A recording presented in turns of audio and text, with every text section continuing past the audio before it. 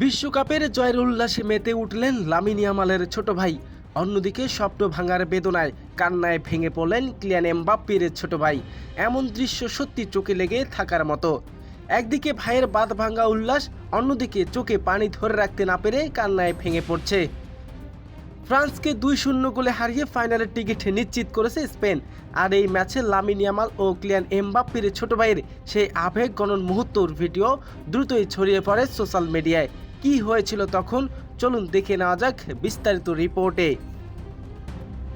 ইউরোপের দুই পরাশক্তি স্পেন ও ফ্রান্সের মধ্যকার সেমিফাইনাল ম্যাচটি শুরু থেকেই ছিল টানটান উত্তেজনা ও ভরপুর। বল দখল, আক্রমণ তো পাল্টা আক্রমণ। ম্যাচের এক মুহূর্তের জন্য রোমাঞ্চকের কমতি ছিল না। তবে সুযোগ কাজে লাগিয়ে ফ্রান্সকে 2-0 গোলে হারিয়ে ফাইনালের টিকিট নিশ্চিত করল স্পেন।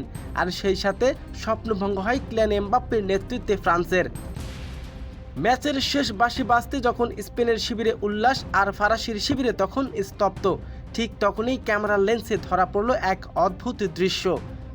মাত্র 16 বছর বয়সে ফুটবল বিশ্বে পা রেখে লামিন ইয়ামাল বড় ভাই হিসাবে সাফল্য উদযাপনের কোনো কমতি রাখেননি তার ছোট ভাই। বড় ভাইয়ের এমন ঐতিহাসিক জয় গ্যালারিতে তার উচ্ছ্বাস, নাচ আর উল্লাসে ফেটে পড়ে মুহূর্তেই।